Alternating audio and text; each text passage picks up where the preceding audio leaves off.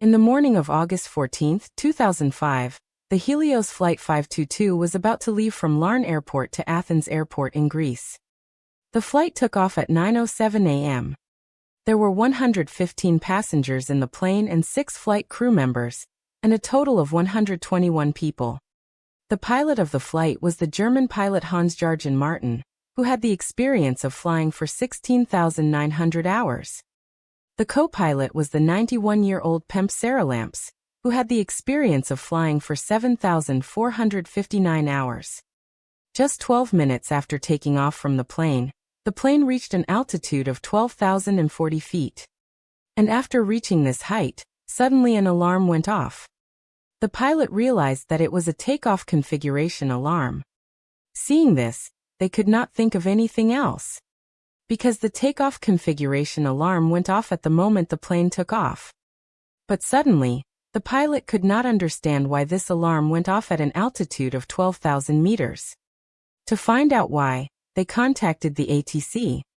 The pilot told ATC everything openly. At the same time, another terrible alarm went off. A lot of alarms in the cockpit went off at the same time. The ATC, i.e. the control room, could not hear the pilot.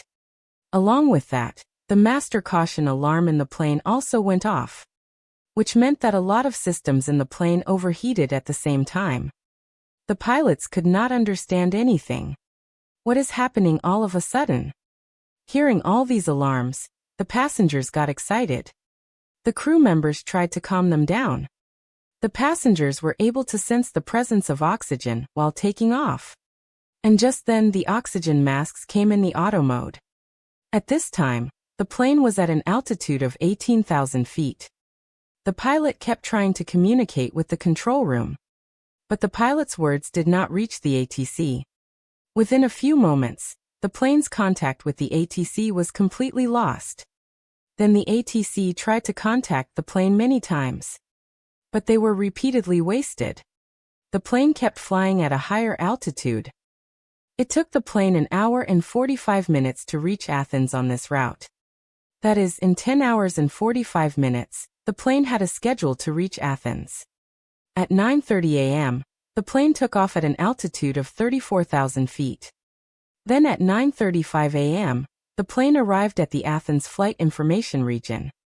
From 10:12 a.m. to 10:50 p.m., the ATC kept trying to communicate with the plane, but they could not communicate with the plane in any way. At 10:45 p.m., the plane was supposed to land at Athens Airport. But at this time, no presence of the plane could be found. Thinking that something terrible had happened, 2 F-16 fighter jets were sent to search for the plane from the Athens ATC. After a while, the fighter jet was able to find the plane. A fighter jet came very close to the plane. The pilot of the fighter jet could see that someone was sitting in the co-pilot's seat. And the main pilot bowed his head and became aware. The fighter jet came behind. They could see through the window of the plane.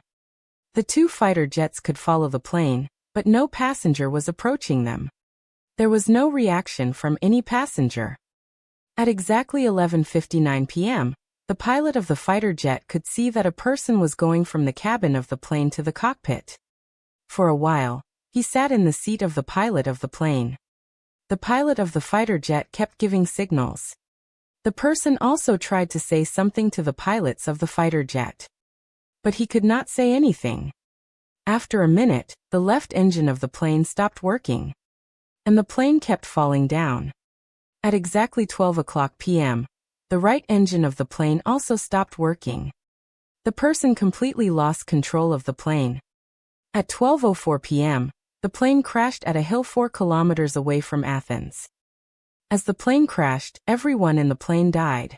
Let's experience how the 2 pilots of the fighter jet died in a moment. They could only see, but they could not do anything.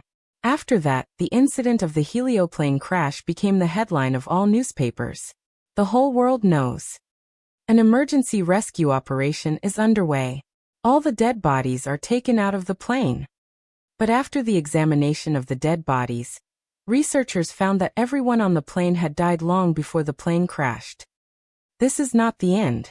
There are a lot of questions. When the pilot died earlier, who was controlling the plane for 2 hours?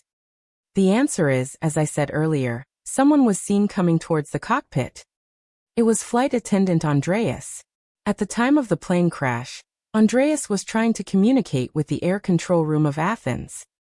Andreas kept saying "Mary, Mary" 5 times with the control room. Andreas did not have any experience to be able to control the Boeing plane. But until the end he was able to take the plane to a crowded area. Experts can know for sure.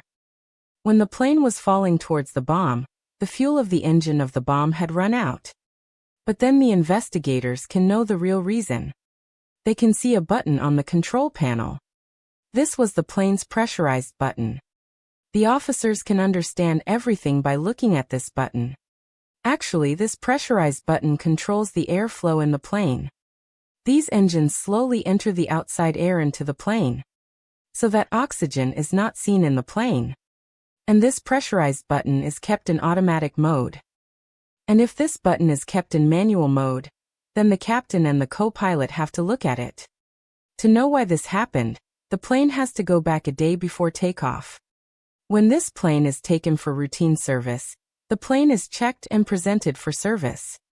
And here the servicemen keep the pressurized button in manual mode and place the plane next to the pilot. When the plane takes off, the pilot and the co-pilot do not have time to look at the pressurized button. So the button is kept in manual mode.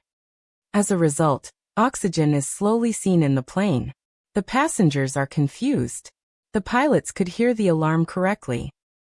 But unfortunately, they lost focus on the pressurized button. As a result, oxygen is seen in the plane, and the pilots slowly lose consciousness.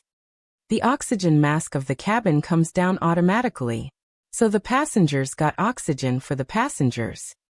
But the oxygen mask does not come down automatically in the cockpit of the pilots. So slowly all the passengers lose consciousness one by one, because the oxygen mask increases oxygen only for 12 minutes. So then everyone loses consciousness. Except one person. He is flight attendant Andreas. You may be wondering why no oxygen was seen in Andreas. Actually, Andreas was a scuba diver. And scuba divers can hold their breath for a long time. So Andreas keeps breathing for a long time in this situation. Meanwhile, everyone is dead. And Andreas tries to land the plane with all his strength. But it is useless until the end. And the plane crashes. Everyone on the plane dies. After 15 months of this incident, a report was published by Athens Airport. The button was supposed to be in auto mode, but the servicemen put it in manual mode, and the pilot did not miss it.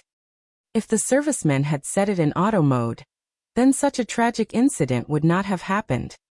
If you like the video, you can share it. And if you like to watch such interesting and uncommon videos, then subscribe to the channel now and press the bell icon next to it.